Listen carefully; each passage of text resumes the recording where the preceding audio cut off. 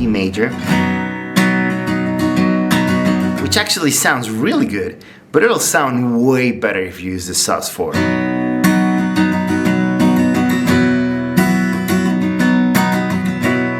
Let's be honest, sometimes chords can get pretty boring, especially when songs have you play the same chords over and over again. Let's say the song you like goes A major, okay, and then E major. It could get pretty boring. So what do? You want to spice up your chords, you want to give it a better sound. So here's when sus4 chords come in pretty handy. They're really easy to use, really easy to memorize.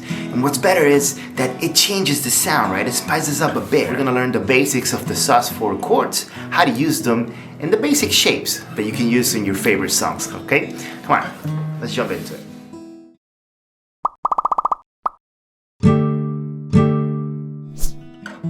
Alright, so first we're gonna jump with the C sus4, okay? This is the way to play it, starting from the 5th string all the way down. There it is. Okay.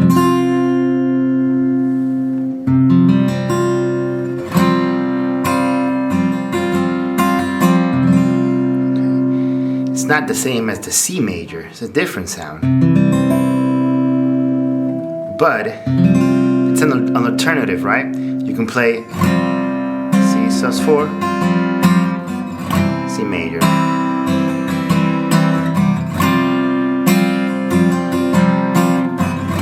There it is. Next we're gonna jump to the D sus4. Pretty easy, and you probably do it already, and you're not aware of the name.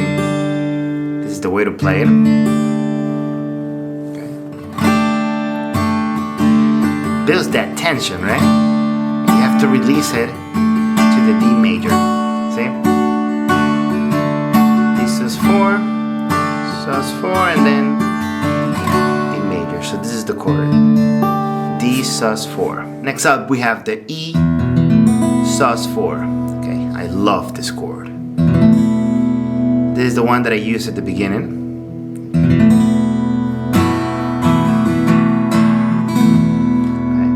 You want to alternate it with the E major just to have that release moment, right? There you go. Up next we have the F sus4. Okay, it could be a little difficult to actually play. There you go.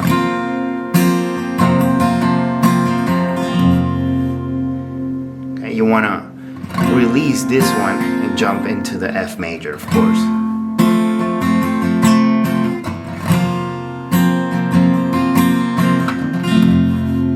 There you go.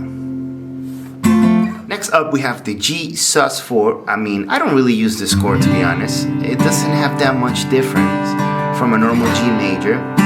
But here it is, in case you want to use it.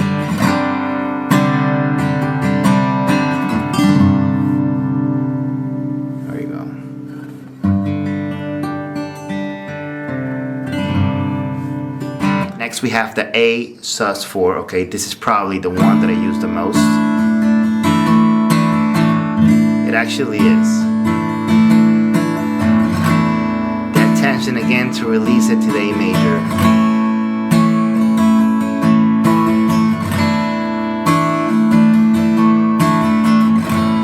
There you go. A sus4. And then we have the B sus4, okay? It could be a little difficult. And you release it to the B major.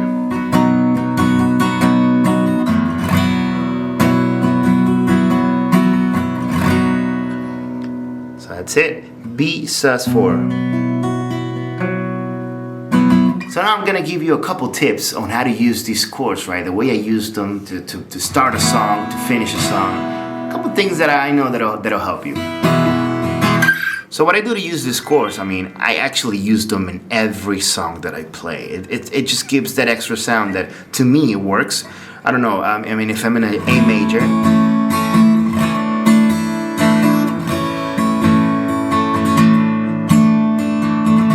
I always switch them between the major and the sus4, just so it doesn't sound that repetitive on the same chord, especially if you have to stay there for a little while. Okay, so instead of staying there, I switch it up a bit.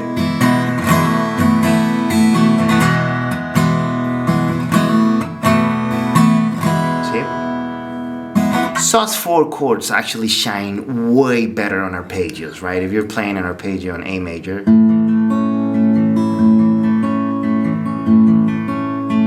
you can start using the sus4 and alternate between those two.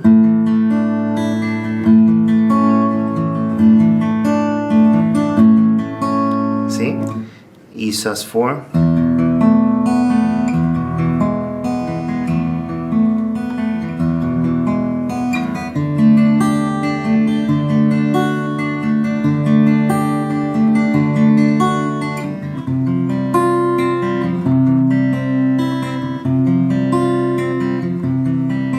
I also use them right before when I'm about to jump to another chord.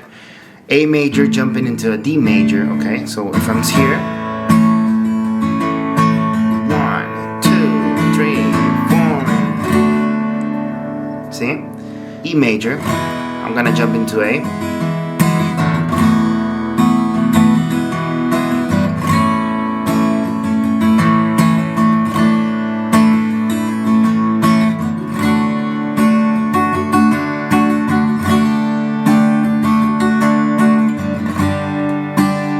So that's how I combine all those little details just to get a better sound. I mean, it's not that difficult, it's just an extra finger that you're actually using. And you should always have these chords handy. It'll help you with any chord, I mean, no matter what the shape looks like, okay? Even if it's a difficult chord, it'll sound good.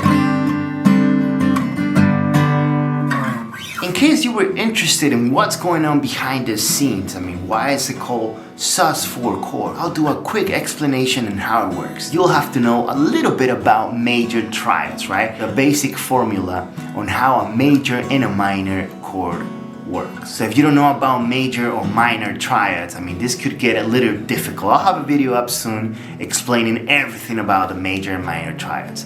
So how it works. A major triad is divided by 3 notes, right? The root, major third, and the perfect fifth. We're looking at 3 notes that actually form a major chord. On a C major chord, okay, the one that we all know, here it is. Like I said, we have 3 notes, okay? The root note will be a C, okay? The major third will be an E, and the perfect fifth will be the G note. Those 3 notes actually make up a major C chord. Okay, that's pretty basic. Now, what happens on the sus4 chord? Okay, so the sus4, sus, S-U-S, it's actually suspended.